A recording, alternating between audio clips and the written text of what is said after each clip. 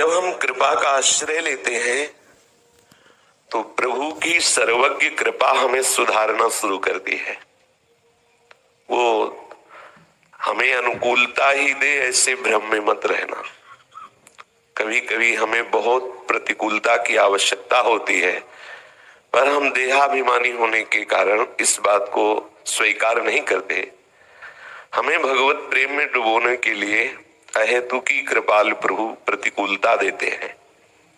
सूक्ष्मता से विचार करो, जैसे नमक के समुद्र के प्रवाह में पड़ जाए तो जब तक आप निकलेंगे नहीं तब तक आपको उस नमक के समुद्र का अवगाहन करना ही होगा।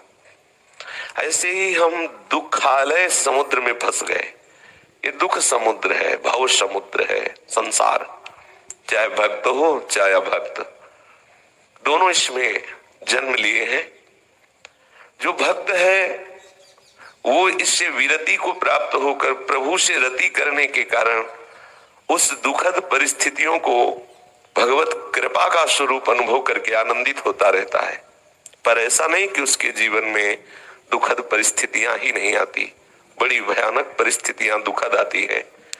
बाहर से ऐसी प्रतिकूलताएं, अंदर से ऐसी प्रतिकूलताएं, दोनों को सहता हुआ वो भगवत चरणारविंद की तरफ आगे बढ़ता है।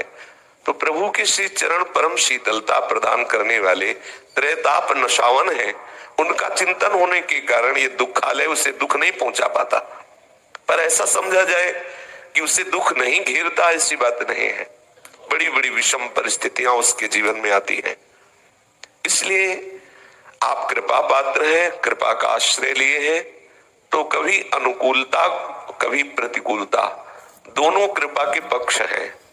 हमारे प्रभु जिस समय जैसा चाहेंगे वैसा हमें देंगे। हमें हर समय देखते रहना कि है मेरे ऊपर कृपा, मैं समझ नहीं पा रहा। ये बहुत सूक्ष्म विषय है। ऐसी परिस्थितियां उपासक के जीवन में आती हैं जब कोई आश्रय नहीं दिखाई देता, कोई समझाने से समझ में नहीं आता, केवल अंधकार ही अंधकार, केवल दुख ही दुख उसे दिखाई देता है। ये धैर्य पूर्वक इसको समझना, क्योंकि इसी स्थिति में उसकी विशुद्ध आसक्ति प्रभु के चरणारविंद में होती है। जो हम लाग करने वाले हैं, कहीं न कहीं किसी व्यक्ति से, वस्तु से, स्थान से सुख लेने लगते हैं। तो मेरे सर्वज्ञ स्वामी कृपा करके हमें प्रतिपल प्रतिकूलता प्रदान करते हैं, जिससे मुझे लगता है कि सब झूठा है, ये सब दिखावा है संसार। भागो, यहाँ तुम्हारे हृदय को कहीं शांति मिलने वाली नहीं। भागो, यहाँ तुम्हारा कोई नहीं है। भागो, यहाँ सब स्वार्थ का जाल बिछा हुआ है।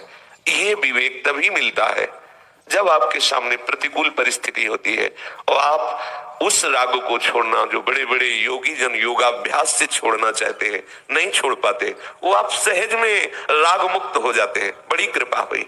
पर ये कृपा का अनुभव आपको बाद में समझ में आएगा। पहले तो यदि आप कमजोर हैं तो फिर लड़खड़ा जाएंगे। भगवत कृपा से सत्संग मिला है, प्रायः रोज चर्चा वही होती है। इसलिए इस बात को हृदय में बैठा लीजिए।